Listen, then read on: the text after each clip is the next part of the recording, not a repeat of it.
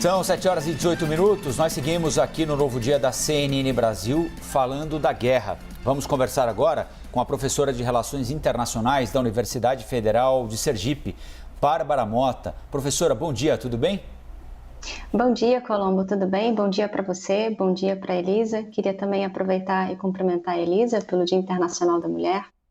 Oba, é aquele dia, nós mulheres, né, que sempre lutamos para fazer aquilo que gostamos e queremos, não é, professora? É uma luta diária, mas seguimos por aí. Obrigada, para você também.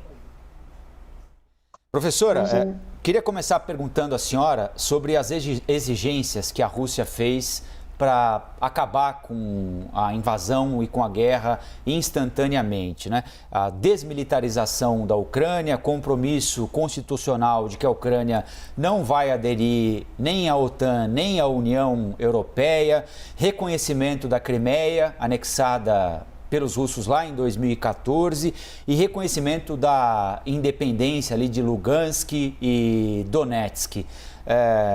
São demandas razoáveis ou estão muito distantes daquilo que a Ucrânia poderia aceitar como razoável para impor fim à guerra? Perfeito, Colombo. Eu acho que o principal questionamento é esse, né? O principal questionamento é em que medida os dois países podem chegar numa espécie de solução de compromisso que ambas as partes consigam ceder um pouco para que haja uma resolução diplomática em relação a esse conflito que a gente vê hoje nas relações internacionais. Me parece que as demandas se tornaram um pouco mais amenas, se é que a gente pode utilizar essa palavra. Pelo menos a demanda de desnazificação da Ucrânia e a ideia implícita de uma mudança de regime não foram necessariamente colocados na mesa. Quanto à desmilitarização, como você mesmo colocou, Colombo, me parece que já houve um enfraquecimento considerável das capacidades militares da Ucrânia. Então, talvez por hora, esse enfraquecimento promovido pela invasão da Rússia e pelo ataque a centros importantes de comando, controle e informação, talvez nesse momento isso satisfaça as ansiedades da Rússia em relação a todo o aparato bélico da Ucrânia.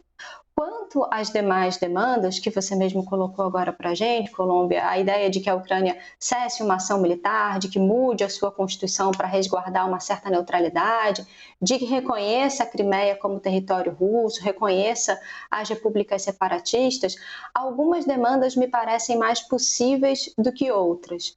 A questão da neutralidade já tinha até mesmo sido mencionada como possível lá nos primeiros dias da invasão pela parte ucraniana. Então, talvez aqui a gente tenha um ponto de inflexão, um ponto de convergência entre as duas partes. Sobre a Crimeia, talvez nesse ponto a Ucrânia, se quiser, possa fazer algum tipo de concessão, porque se não há um domínio de jure, né, um domínio do ponto de vista jurídico dessa região pela Rússia, o que a gente vê hoje nas relações internacionais é que há um controle de fato das tropas russas em relação à região da Crimeia. Talvez o ponto mais difícil de todas essas demandas, de se encontrar uma solução de diferenças, é chegar a um acordo em relação às regiões separatistas, porque a independência delas pode ser vista pela Rússia como vitória, mas pode ser vista pela Ucrânia como uma espécie de derrota.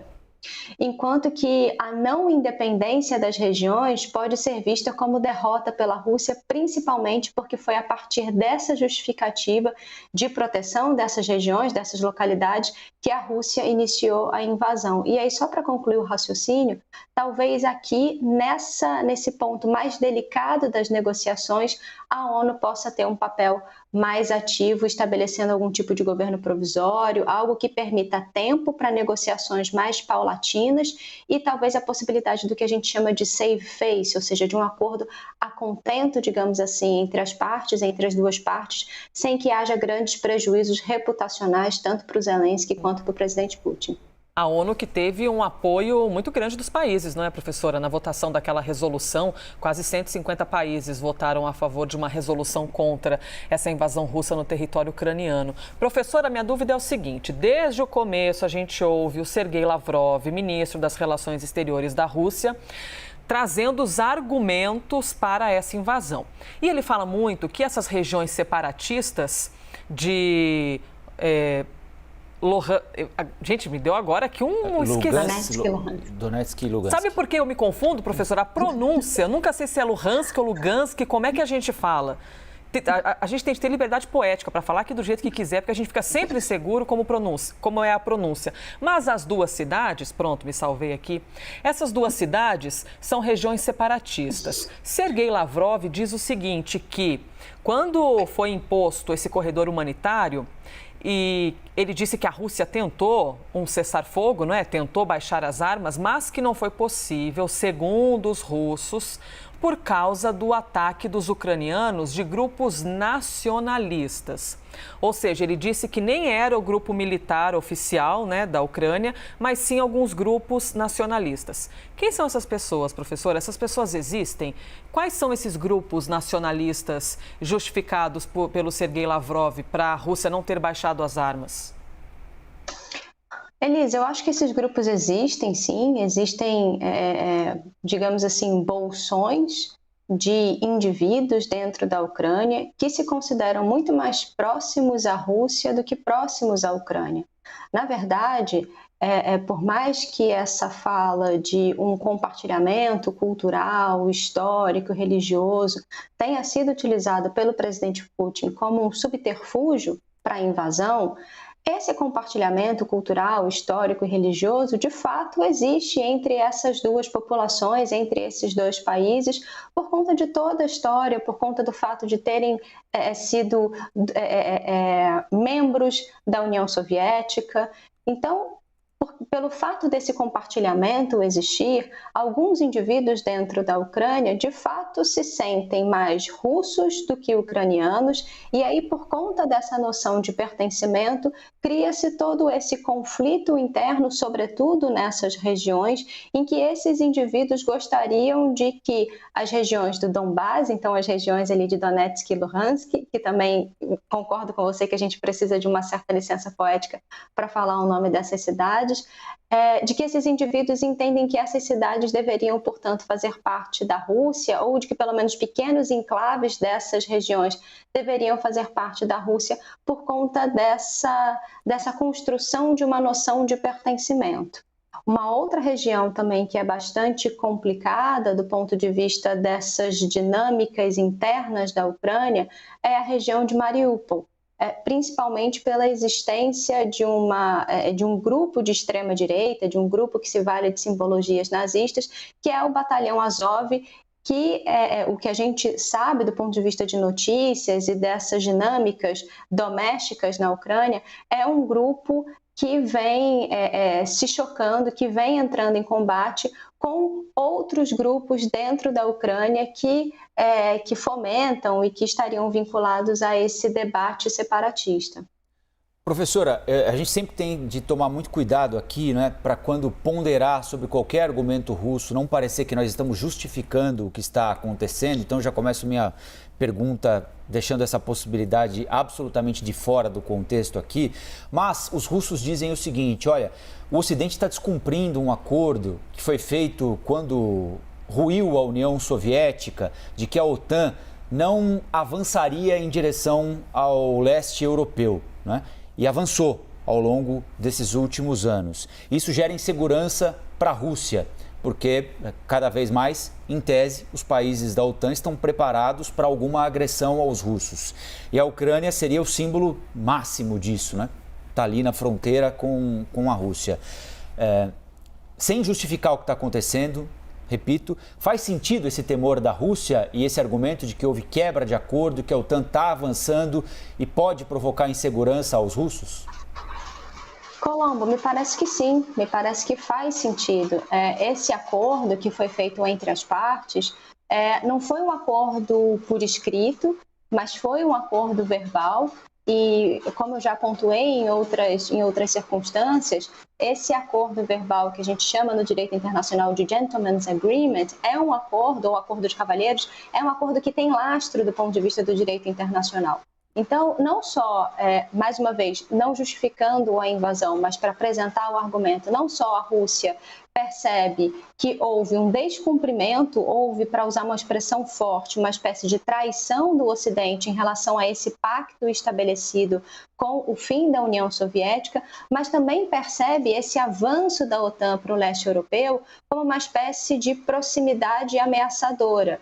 Principalmente porque a inclusão desses países na OTAN não é apenas uma inclusão simbólica, não é apenas uma inclusão política, mas essa inclusão também traz consigo a possibilidade desses países receberem novos equipamentos bélicos, de receberem instalações da OTAN nos seus respectivos territórios. Então, a existência de uma instalação da OTAN, por exemplo, no território ucraniano, faz com que a Ucrânia possua capacidades bélicas superiores às capacidades que já possui hoje e capacidades superiores numa fronteira imediata entre os dois países. Então, mais uma vez, a percepção do presidente Putin e a percepção da Rússia é dessa proximidade ameaçadora que aumenta os níveis de tensões e aumenta o nível de ansiedade em relação a como esse aparato bélico pode ser utilizado,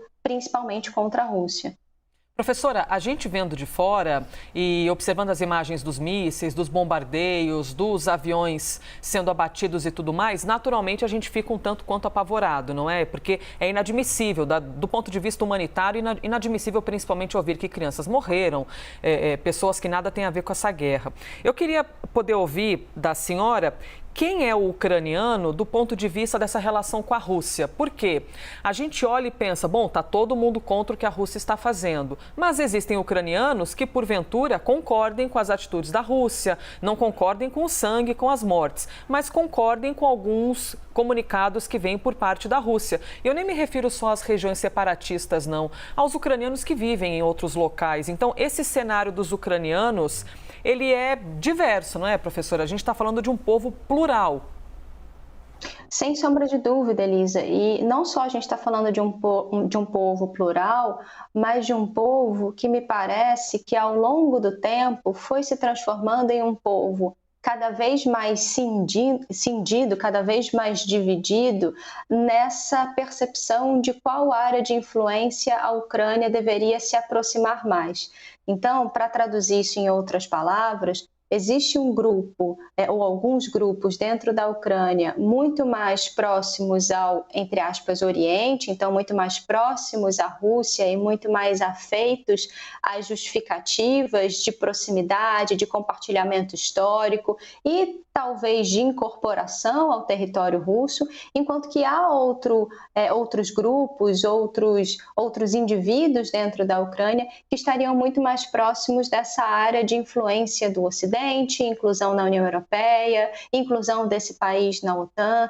Então, o que a gente percebe do ponto de vista da composição social na Ucrânia hoje é esse debate bastante urgente sobre, primeiro, como a sociedade ucraniana se percebe e, para além de como a sociedade ucraniana se percebe essa divisão de aproximação mais ao Ocidente ou mais ao Oriente, mais à União Europeia ou mais à Rússia, como seria possível a construção de uma liderança política ou a existência de uma liderança política que apaziguasse essas divergências e que gerasse algum tipo de convergência, que gerasse algum tipo de consenso mínimo necessário para que a gente possa ver um futuro da Ucrânia não só apaziguado o conflito, mas um futuro em que não haja consequências mais drásticas, como, por exemplo, a eclosão de uma guerra civil, a eclosão de movimentos internos de confronto entre essas duas partes que possuem visões divergentes. Bárbara Mota, professora de Relações Internacionais da Universidade Federal de Sergipe. Professora, muito obrigado pela disponibilidade, por nos ajudar a entender essa etapa do confronto e até uma próxima, que seja em breve, professora. Eu que agradeço, Colombo, eu que agradeço, Elisa. Muito bom dia para vocês e a gente segue à disposição. Bom dia, obrigada.